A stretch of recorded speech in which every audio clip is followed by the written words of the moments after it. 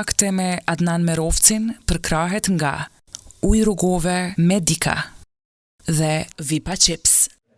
Zonja Sibel Halimi është sociologe, poete dhe politikane. Ajo është duke doktoruar në Departamentin e Sociologjisë të Universitetit të Prishtinës, me temën Trupi si konstrukt shoqëror, drejt sociologjisë së trupit në Kosovë. Deri tani i ka botuar 4 libra dhe poezi.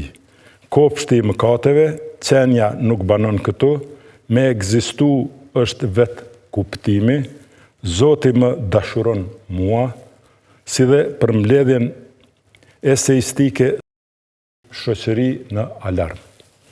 Që nga viti 2004 merret aktivisht me studime kërkime shkencore në fushën e studimeve gjinore dhe sociologjisë së trupit. Zonja Halimi merret aktivisht me trajnimin e problemeve sociofiziologjike, ndërkohë që shkrimet e saj janë botuar në periodikun Shqip dhe në gjuhë të huaja. Njihet si veprimtare të drejtave të njerëzit me thekse të veçantë për të drejtat e grave dhe të vajzave. Prej vitit 2014 dhe në vitin 2018 ishte angazhuar si ligjëruese në Departamentin e Fiziologjisë dhe atë të Sociologjisë, si dhe për 2 mandate ishte anëtare kryesisë së shoqatës së filozofëve të Kosovës. Shikues të nderuar, mirë se erdhët në emisionin e radhës Fakte. Te Sibeli takohen intelektualiteti, koherenca, stabiliteti, vendosshmëria, palakmia dhe vendosshmëria për kontribut prej një gruaje shqiptare. Ka udhëhequr Departamentin për Kulturë në komunën e Prishtinës dhe është aktive në politikë. Ajo aktualisht është anëtare e kryesisë së Lidhjes Demokratike të Kosovës. Sibeli rastësisht na qenë ka edhe kandidate për deputete në zgjedhjet që po na presin. Sibelin, siç e thrasim ne, mes të saj, sot e kemi mysafir në studion Fakte në KTV dhe e mirëpresim. Sibel, mirë se erdhe. Si je? A je mirë? Mirë, faleminderit. Si kalove? Mirë shumë. Shnosh rahat që urna. Sibel, unë e kom pa letra. Këto i moj qështu për që të farin të ropë, po mas andej i hjekum letrat edhe pa letra. Erdhe në kam, erdhe me autobus, me kërë të ndin privat, solën, vozitesh, qysh erdhe sot në studio? Në kamp, se jam shumë ofër KTV-s, edhe pita kafe në mëngjesit, edhe erdha shumë energji të mirë sot për diskutuar çështje të rëndësishme edhe për të bashkëbiseduar me ty, jo vetëm për tashmën, por edhe të kalumën, edhe për shumë tema tjera. Erdhe në kam, the, edhe për komsor Koxhamir Prishtina. Plot sheshe, plot rrugë blokume, disa po kritikojnë, po thojnë në blokue komunikacioni. Qysh e vlerëson ti?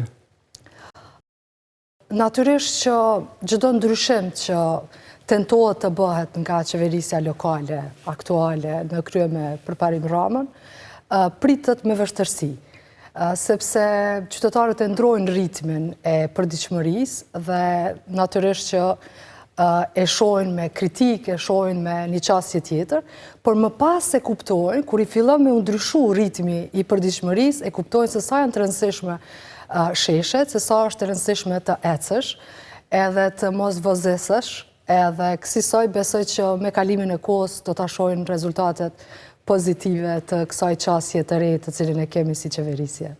Sibel, fushata për zgjedhje lokale ka përfundu, përparim Rama ori zgjedh kryetari komunës.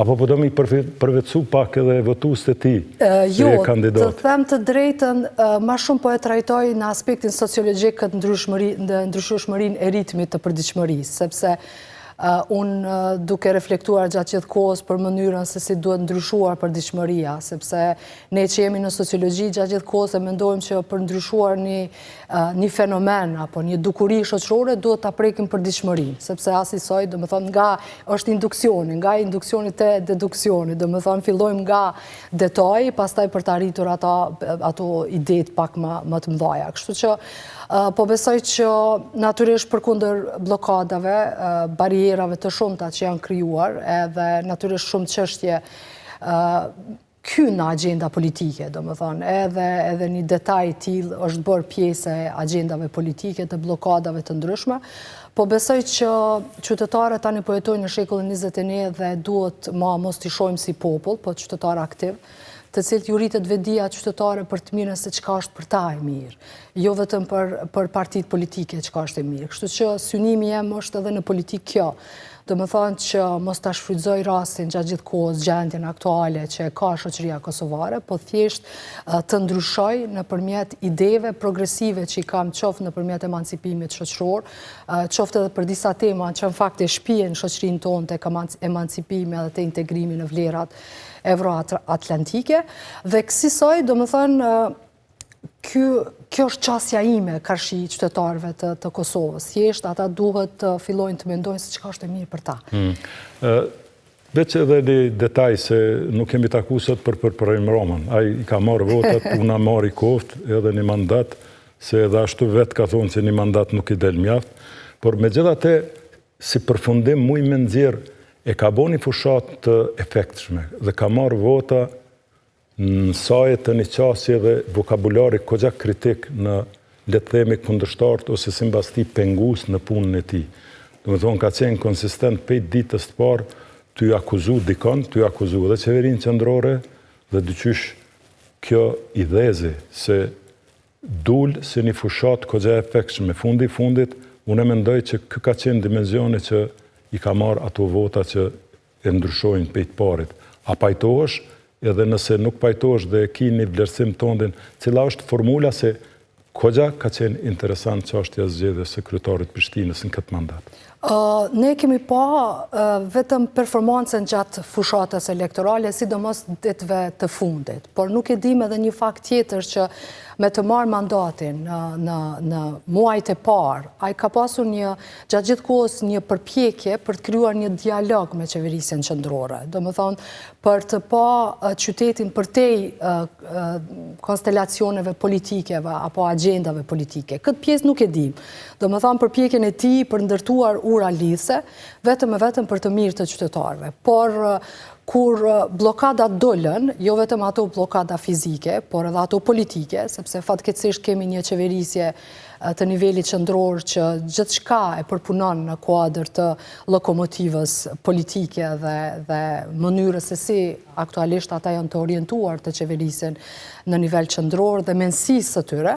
Pastaj filloi kritika të ashpërsohet nga kryetari Parim Rama dhe besoj që kjo e pat efektin e vet, sepse të qenurit në krye të qoftë të komunës apo të cilit do dikaster kur e fillon me përpjekje kështu dialoguese, tolerante, paqësore dhe e shet që blokadat nuk po vinë vetëm për shkak të një nene apo të një rregullore, po thjesht po vinë për shkak të botkuptimit të tyre për të bllokuar, atëherë u intensifiku kritika dhe më nuk pat asnjë tolerancë karshi shpërfaqjes një realiteti që aktualisht jemi duke u ballafaquar.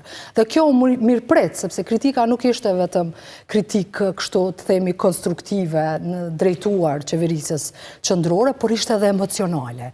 Sepse tani ti kur dëshiron të realizosh një projekt dhe ajo nuk mund të realizohet për shkak të kalkulimeve të tilla, mandej ti nuk mund të zhveshesh edhe nga emocioni, sepse të gjithë ne që hym edhe në politikë, edhe me ide më progresive, më si më thonë, më reformatore. Do më thonë, kur fillojnë këto pengesa, pastaj ne i marrim edhe shumë ma me përkushtim, sepse arsyeja pse kemi hy, ka qenë për me ndryshu këtë gjendjen aktuale, edhe se si funksionon Prishtina dhe në përgjithësi.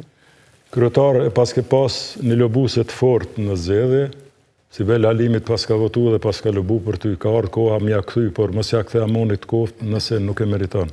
Sibeli e meriton. Të përshëndesim kryetarët, të urojmë punë të mbarë edhe për 4 vjetë të ardhshëm. Me vetë Sibelin edhe për Sibelin të i vazhdojnë edhe matutje. Po të shohim pak si po punon. Sibel, vitin 1990, ke qenë shumë e re, ke qenë fëmi, më së them. Fokusi i emisionit tim është që kjo periudhë, 89-99. Kom qef një pikpamje tonde të krejt ndryshimeve të mëdha, të mbarimit luftës së ftoftë, çështjes së rënimit murit Berlinit, errave demokratike dhe përfshirja edhe kësaj pjese të Evropës të imponimit dimenzionit plural të partive politike, dhe në përgjithësi organizimi i madh dhe homogenizimi si asnjëherë në histori karshi një hegemonie sërbe që ishte në kohënat shumë të vështira, megjithatë një vetë organizim i madh i shqiptarëve të artikuluar përmes një tregenshmi LDK dhe një njeriu i urtë, po jo i butë, vital, me një pamje karizmatike, me do flokë të partikulume dhe shall Ibrahim Rugova. Cili është vlerësimi jëtë në përgjithësi për këtë trend nga aspektet tua profesionale të krejt kësaj metamorfoze deri, le të themi, në ditën e çlirimit të Kosovës? Unë i takoj gjeneratës 81.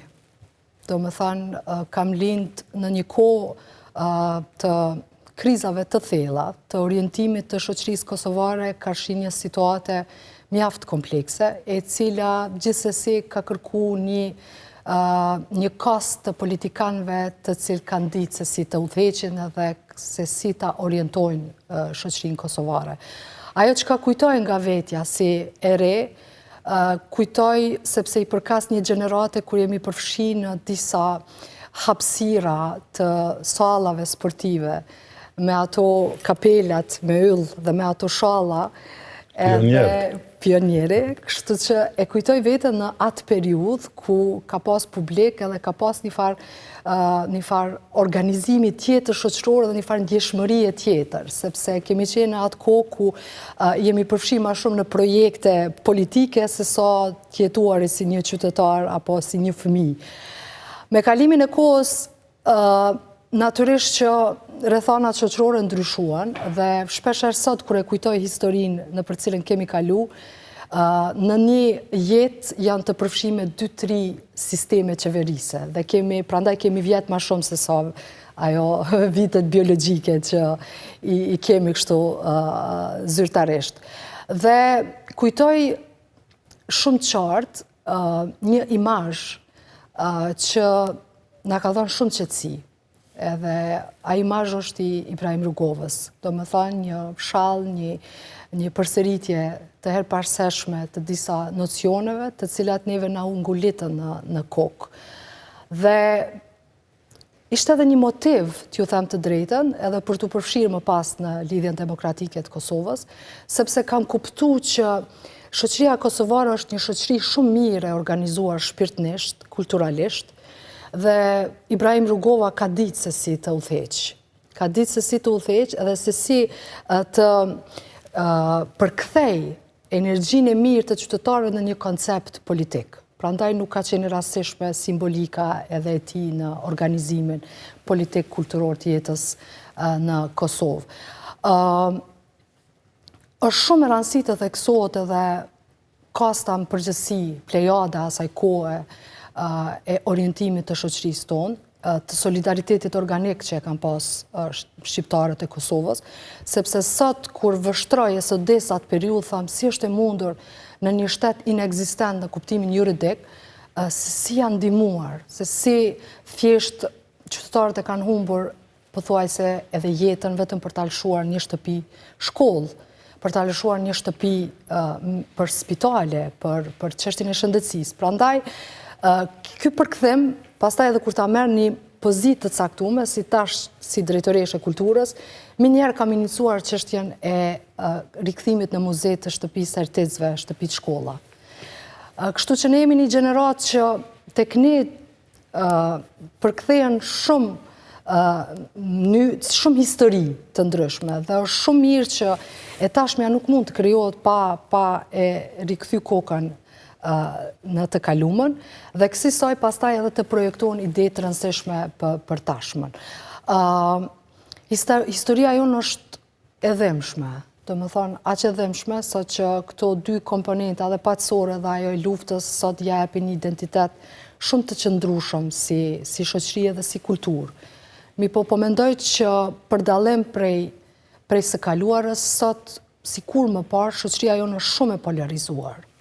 Thjesht sot njerëzit edhe në tavolinat më të vogla shihen si armiq njëri me tjetrin, sepse polarizimi ka krijuar aq shumë hendek mes qytetarëve, sa që unë po mendoj që kemi shumë nevojë për një rikthem të një politike siç e ka pasur Dr. Ibrahim Rugova, ku duke u pozicionuar në një aspekt politik, ti pastaj edhe orientohesh, apo do m'ja nxjerr të keqen apo të mirën njerëzve.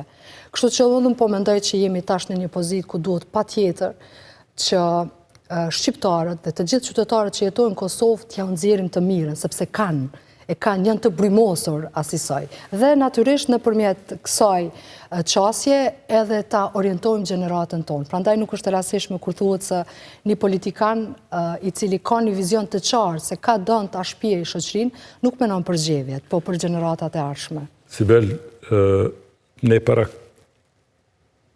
këtij bashkëbisedimi e pim një kafe bashk dhe zero folëm rreth kësaj që ka mu zhvillu në këtë bashkëbisedim. Bile dhe të shpreja që në një farë mënyre e preferoj bashkëbisedimin edhe spontan që është rrjedh. Dhe duke folur ti, e fokusova një fjali tonde që the si cila shtres, si cili grup dhe si cili individ e ka një pjesë të mirë dhe le të mirën me të mirën e ti ose saj ose të ati grupi.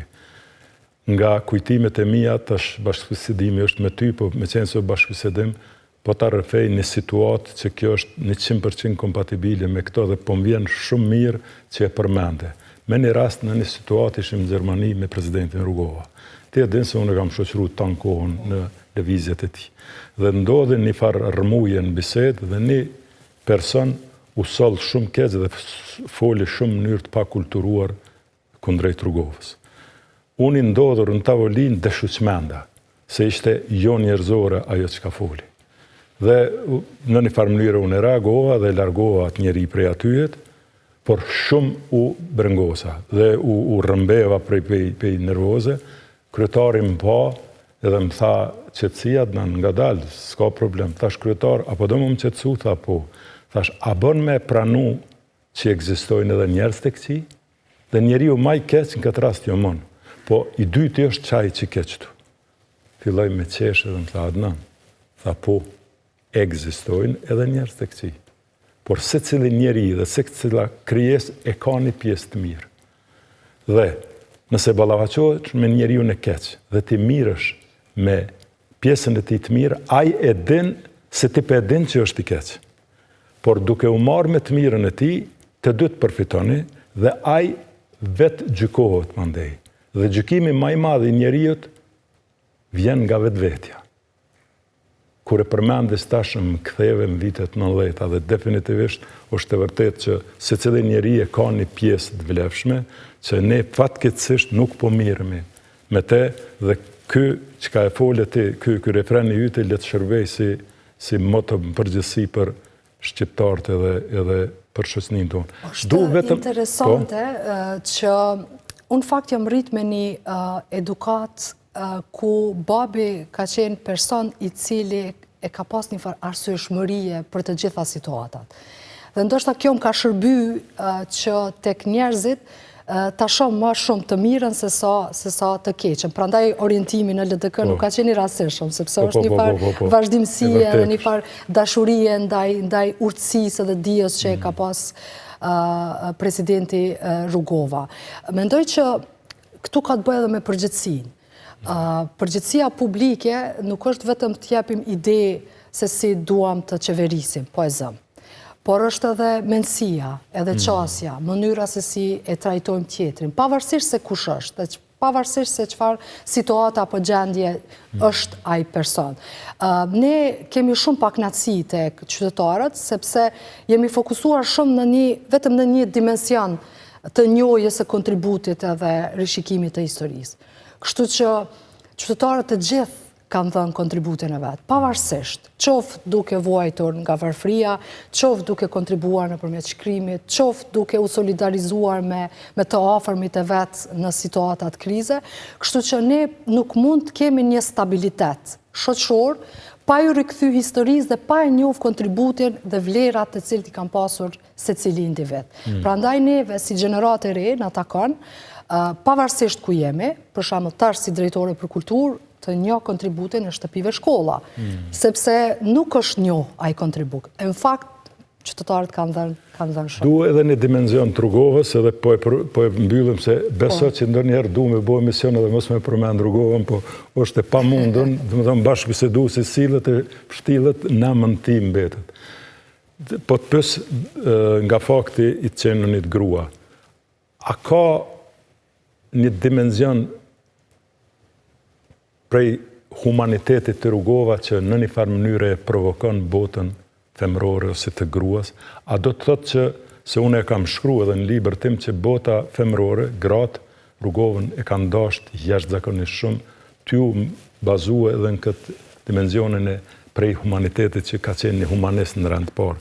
Ty fillu edhe prej qasjes ti politike me çmimin që ta shpëjtojnë kompromis pavarësi, sepse ai edhe bashkimin e ka pas opcion, që me gjithate parim e ka pas rujtjen e qenjes njerëzore dhe këto bota e gruas mas mirë të ndjenë. A do të thotë që gratë Rrugovën e dojnë edhe nga vetë ai dimensioni prej një humanisti që është, përveç domethënë refleksit politike të tjera. E du një vështrim profesional tondin, shkurt lutem.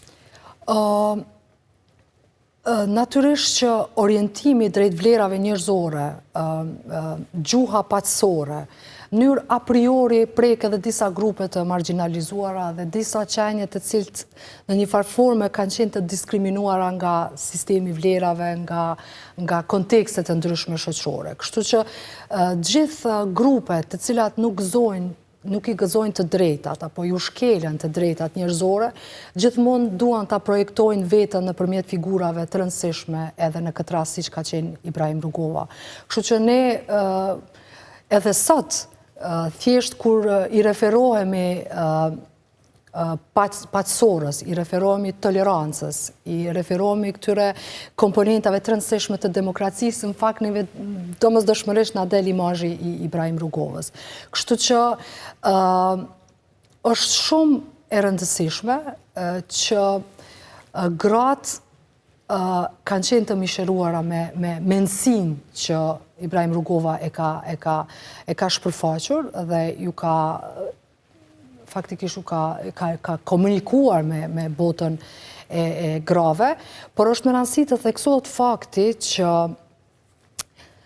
mendoj që liderët të cilët e kanë këtë përfshirjen e letërsisë edhe kanë një njohuri tjetër edhe për organizimin e jetës shoqërore dhe politike. Kështu që nuk ka qenë edhe rastishme edhe ajo plejada edhe miqtë e tij edhe aktorët e rëndësishme që i ka pasur afër që kanë qenë të një orientimi të tillë. Kështu që pa e njohur qenie njerëzore në thelb, qoftë edhe nëpërmjet letërsisë apo shkencave humane, nuk mund edhe të qeverisësh. Kështu që Rugova besoj që ka qenë një personalitet, një figurë që gratë e kanë gjetur paqen edhe qetësinë në situata ma krize, sepse në atë kohë ka qenë interesante që nuk ka pas dallime të tilla, sepse ne jemi kërcënuar nga e jashtëmja, kemi pasur një krizë të thellë, domethënë kemi pas konflikt të vazhdueshëm dhe mënyra se si Ibrahim Rugova është faqur në publik dhe si na është drejtuar dhe gjithsesi që në fund të fundit secili qytetar, secila kategori shoqërore don me jetu në paqe në përditshmërinë e vet.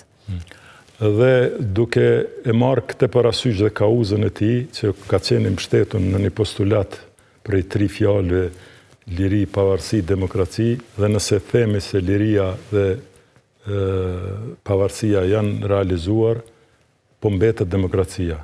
Dhe demokracia mendoj që si dimenzion i vlerave të një shoqërie është çdo herë për të dëshiruar.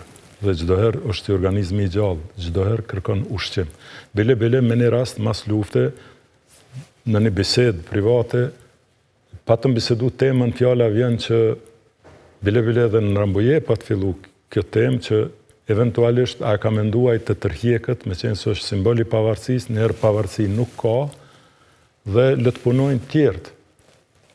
Dhe më thonë, dhe a i tha, jo se është demokraci, dhe në demokraci do të dalë në tregun partijak, dhe do të me luftu për vota. Dhe ne i dim në bas luftet, i ke qenë e aftë për të votu atër, dikun në 20 vjeqare ke qenë bas luftet, dhe Rugova njët si pjesëmarrës fushat, dhe më thonë a i ka dalë në fushat dhe ka thonë voton e LDK-n, por në ndeja dhe në ato shtabet organizative që kanë qenë e të fansave, e të votuzve, ka thonë që t'ju një kokra dhe këty në tjerve, se na duhet me i pas të gjithë përfshirë. Tani, tikun 25 vjetë pas, ne i kemë do zgjedhje që po na presin. Po e du një komparacion tondin me atë qasje të lidhës demokratike me qenë se aty aderon, dhe kohës aktuale. Nuk po ta bëj atë pyetjen klishe vlerësimit të LDK-s para lufte dhe mas luftës, sepse dihet, është ligji në vlerëzume të tjera, rretana, kondita, LDK-ja është marrë me shëndetësi, me arsim, me siguri, me luftën, me financa, me diplomaci. Rugova edhe që LDK deri në luft na ka qunë Këshillit të Sigurimit. Dhe ka hy Kosova në agenda të Këshillit të Sigurimit. Po ta tregoj një detaj se mos ta marr kohën, kemi qenë një herë në CNN late edition dhe ka fillu intervista me Rugovën të i thonë what is the current situation in Lebanon. Gazetari e kishte përzi Albanian me Liban. Qëre ku kanë qenë njohurit, ky shembull shumë i madh. Ishte lëbu për atë intervistë. Pra, dhe për me kfjell dhe me qit në agenda ndërkombëtare, ato ka qit Ibrahim Rugova me krejt plejadën e tij njerëz. Në aktualitet tani, duke qenë edhe një sociolog edhe një person që edhe ka kontribuar në shoqërinë civile dhe i ka përcjell këto trende, se sheh në përgjithësi këtë ecejake në kuptimin prej dimenzionit votuesit shoqënisë tonë. Ku është votuesja është vetë disu mjaft, a po ka lëvizje, sepse ne e dim që mas LDK-si, le të themi avangard, dule dhe një frymë e re, me vetë vendosjen që në një farë mënyrë e pushtoj votën në Kosovë. Qysh te vlerëson në përgjithësi këtë situatë? Ne si marrim 3 koncepte qendrore që Ibrahim Rugova i ka promovuar dhe ju ka përkushtuar jashtëzakonisht shumë, sot kanë një kontekst krejtësisht tjetër.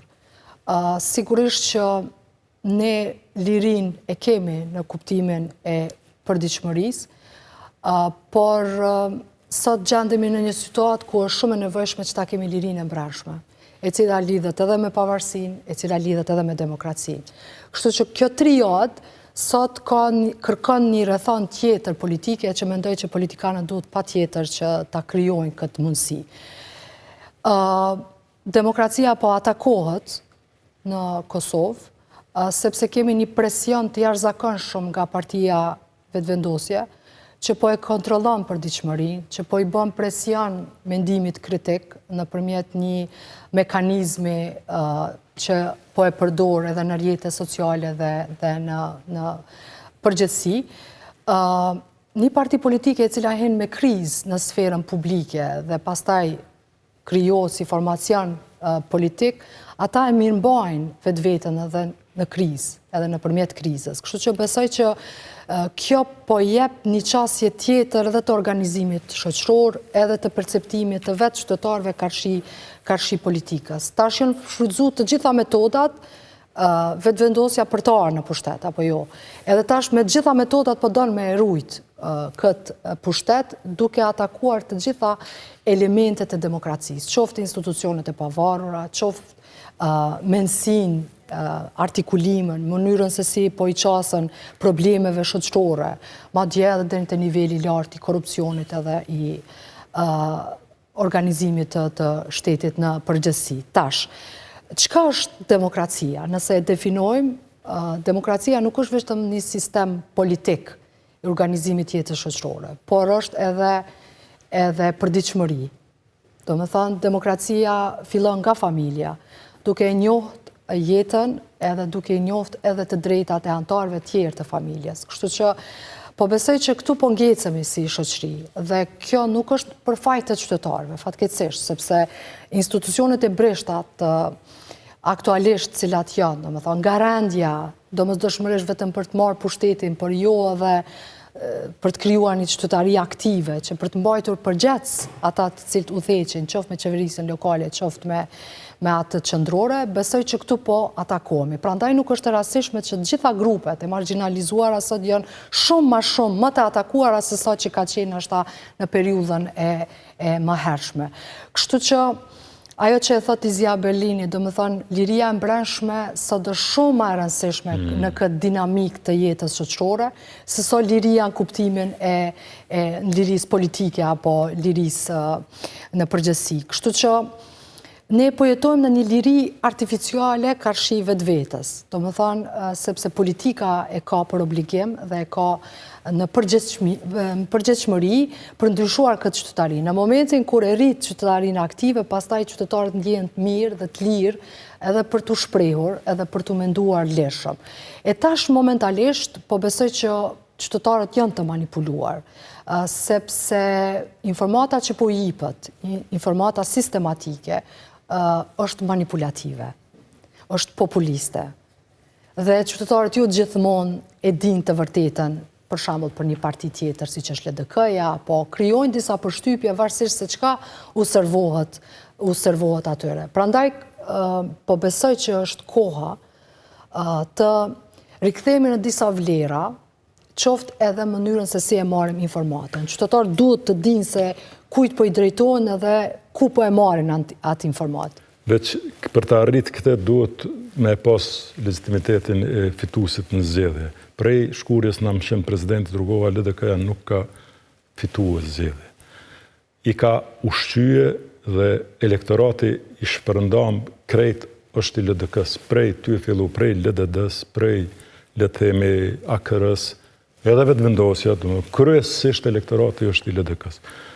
A mendon se ka ardhur koha që kjo në bazë kësaj që folet ti, që edhe vetdia, por a ka një strategji që LDK-ja për këto zgjedhje që po na presin nuk pres ndonjë risi shumë të madhe, edhe pse ka elemente, domethënë, të një suqelësie dhe një veprimi ndoshta më refleksiv edhe më reflektiv në këtë rast. Mirë, po a ka LDK-ja një farë strategjie? Qyre nuk jem të bëht pyetje të politikës ditore. Unë po të flas në proces. Po. Një strategji dhe një cak fjala vjen, sepse nëse shihet nga periferia, e vetmja risi është kandidimi i Uk Rrugovës, pasashtit biologjik të Ibrahim Rrugovës, prej Drenicës të Fadil Gecit, dy vlera të LDK-s që definitivisht mendoj që kanë me ndikue kthimi i tyne në LDK dhe si kandidat. Çka ka tjetër një farë risie, një farë fryme, se megjithatë edhe LDK-s i duhet një farë fryme. Për mos më ta bëu pyetjen tjetër, që këta i thojmë themelues të hajde të kalum të përshkelën ata që e kanë themelu këtë dinë, por një thirrje përgjithshme. Mos harron vitin 2005 Ali Berisha ka kthy në bazë të kopit fitoren e vet.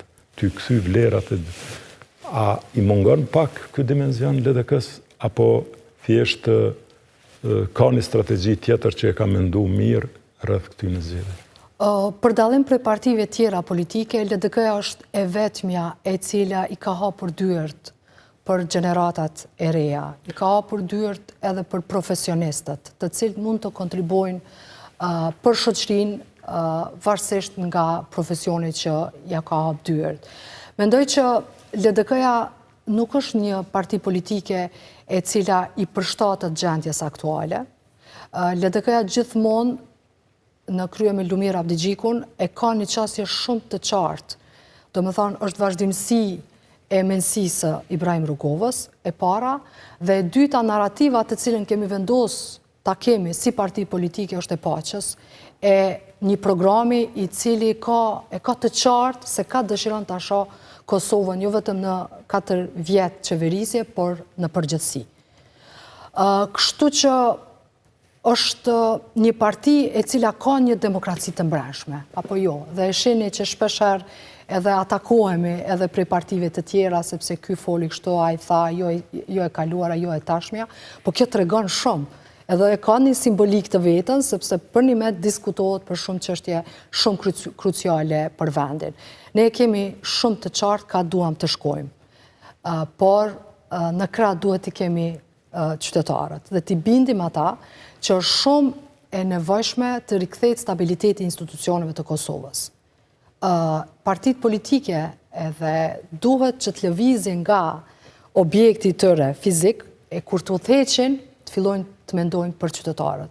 Kështu që LDK-ja e ka këtë dhe besoj që edhe në diskutim me kryetarin Abdi Gjiku dhe me kryesinë në përgjithësi, po jep një orientim tjetër dhe kjo ka shumë rëndësi për mënyrën se si funksionojmë brenda, edhe apo ja arrim me shpërfaqe edhe nga jashtë, natyrisht që besoj që kësa here po, sepse ne jemi me qytetarët gjatë gjithë kohës dhe qytetarët tani e kam pa se çfarë gjendje politike dhe shoqërore gjendemi dhe po besoj që janë vetëdijsuar që besomni që LDK-ja duhet të rikthehet në qeverisje, sepse jo vetëm që e ka hap partinë për profesionistët të ndryshëm, por që e ka një demokraci të mbreshme e që kjo domosdoshmërisht pastaj edhe përbrendësohet edhe mënyrën se si organizon shtetin. Nga kjo që e folt e kam vetëm një çështje, nështë për ta plotësuar, nështë për ta kundërshtuar dhe ju quhet dera, si që ta institucioni derës. Dhe i ka hapur dyrt. Si të përmendën dyrt dhe ekzistenca atyne, me automatizëm nuk kuptohet që ato mund të jenë edhe të mbyllne. Unë e vlerësoj edhe mendoj që LDK-ja nuk ishte dashur me pas dyrë fare, sepse është brum, është dikush i thot akademi, është një brum partijak që se edhe brumi i demokracisë është një parti e cila ka kriju edhe, ose prej saj rrjedhin edhe parti tjera në përgjithësi. Dhe nuk i shkon për dera, fjala derë LDK-s. Pra duhet tjetë një port, veç me tregu ka hyhet, e ka dilet, por jo e mbyll në gjithë, sepse kjo është simbolike e thonë, por ka vretje rreth kësaj.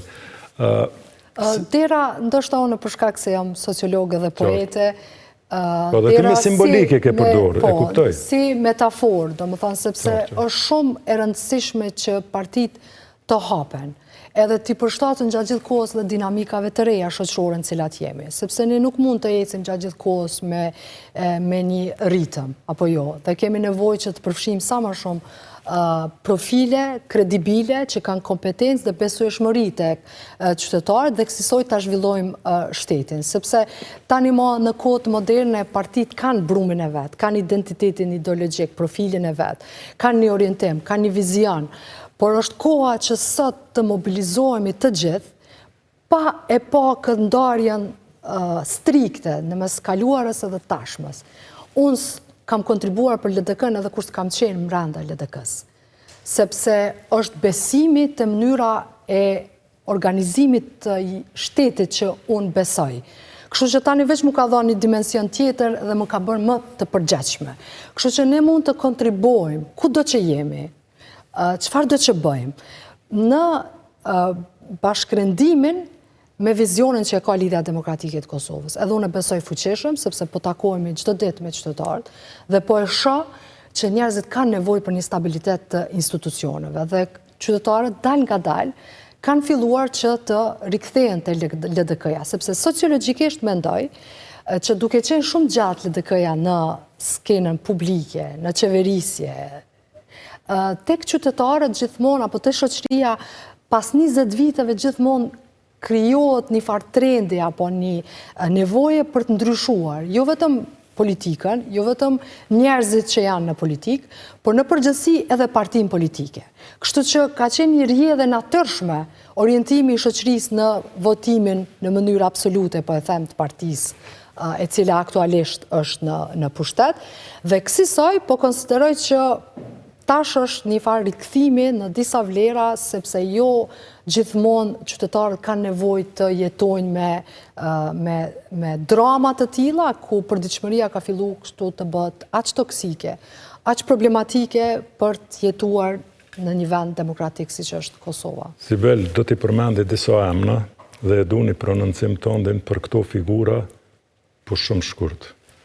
Armiku maj madhë në këtë bashkëbisedimin tonë është koha televizive. Po hecë, nuk e merë me mend sa minuta kanë kalu deri në këtë moment. Do t'i përmendi vetëm emnat, një artikulim për ta të shkurt.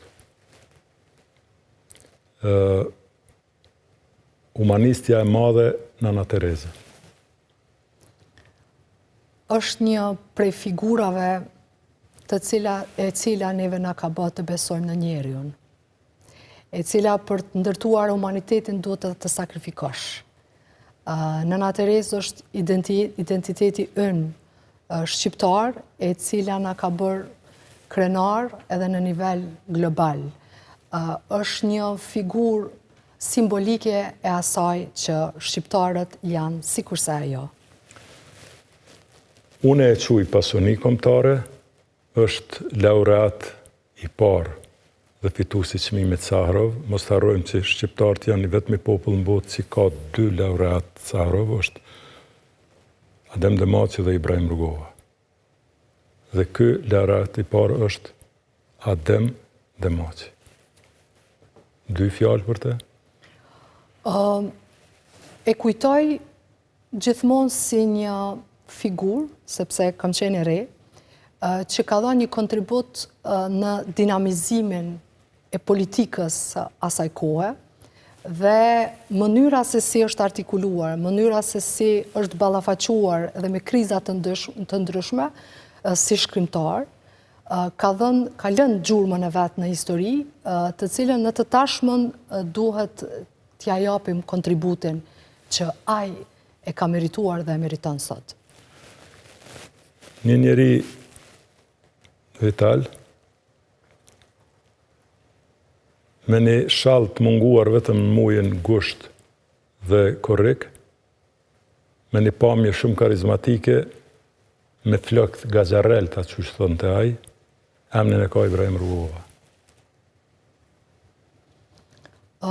Një prej emrave më të mëdhenj të shoqërisë tonë dhe jo vetëm, ku paqja, humaniteti, toleranca e kanë emrin Ibrahim Rugova. Dhe personaliteti ti në fakt është përbrendsuar në vlerat të cilat ne sot i kemi si shoqëri. Do doja shumë që të rikthehemi vlerave të tij, një shkrimtar avangard me një botkuptim shumë modern edhe progresiv të mënyrës se si edhe ka udhëheq në kohët më të vështira, më të jashtëzakonshme. Mendoj që Ibrahim Rugova është një personalitet që ndoshta sot nuk kujtohet aq shumë sa do të kujtohet në vitet e ardhshme. Një familje hynore e cila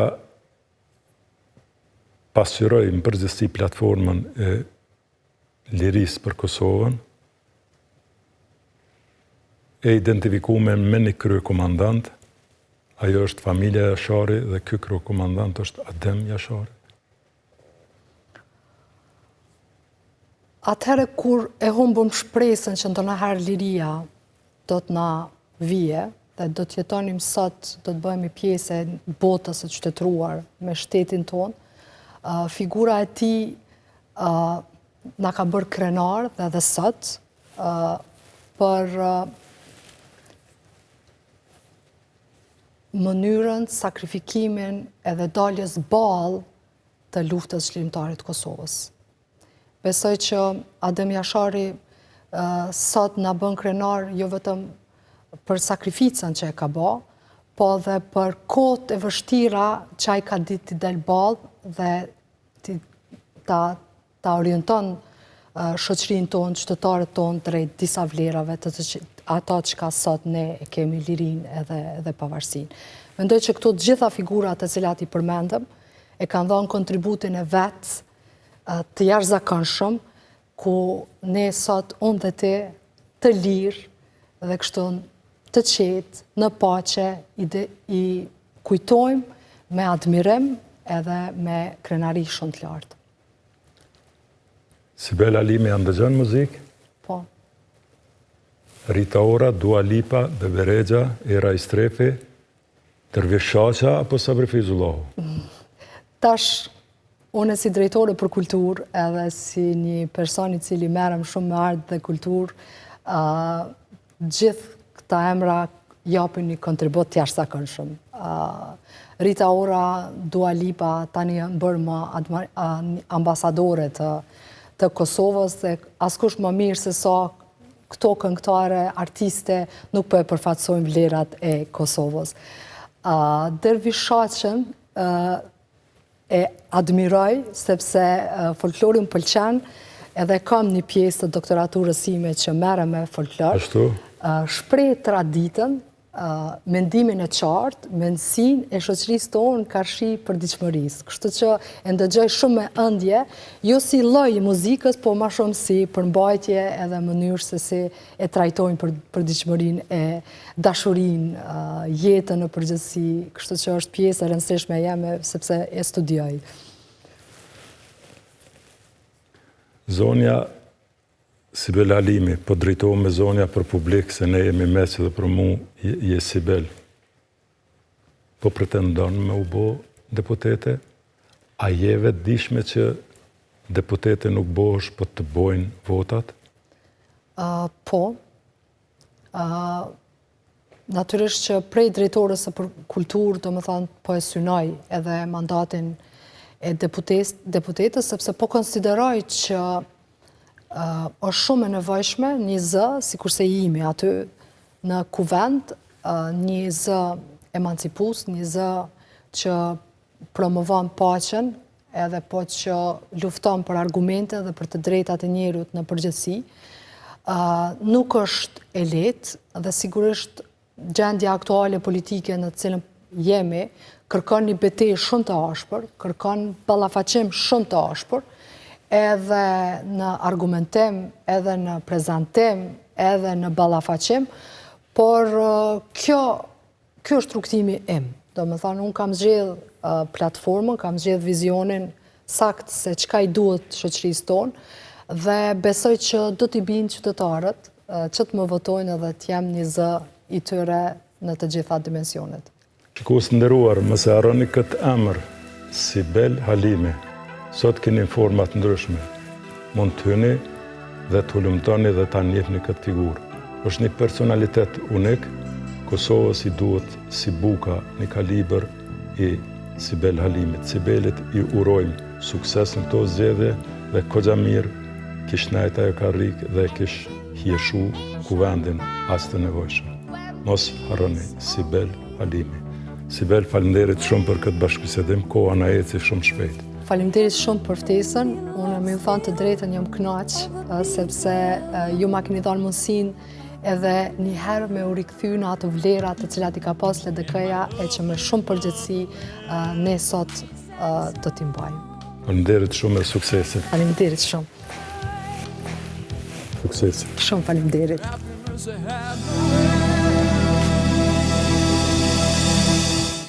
Fakte me Adnan Merovcin përkrahet nga Ujë rrugove me Dika dhe Vipa Chips.